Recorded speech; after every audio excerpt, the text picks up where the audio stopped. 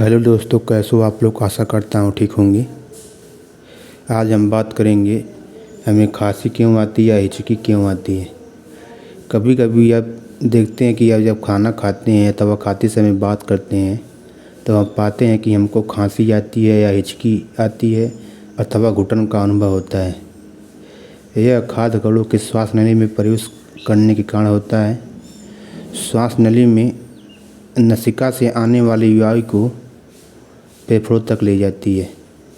यह ग्रसिका के साथ साथ चलती है, परंतु ग्रसनी एवं भोजन एवं वायु का मार्ग एक ही होते हैं।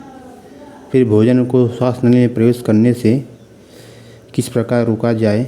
भोजन निगलने के समय तक एक मसल रचना वाल्व का कार्य करती है जो श्वास नली को ढक लेती है तथा भोजन को ग्रसनी में भेज देती है। संयोगवश यदि भोजन के कण श्वास नली में प्रवेश कर जाते हैं तो हमें घुटन का अनुभव होता है तथा हिचकी आती है या खांसी उठती है। यह जानकारी आपको ठीक लगे तो चैनल को सब्सक्राइब करना न भूलें। धन्यवाद।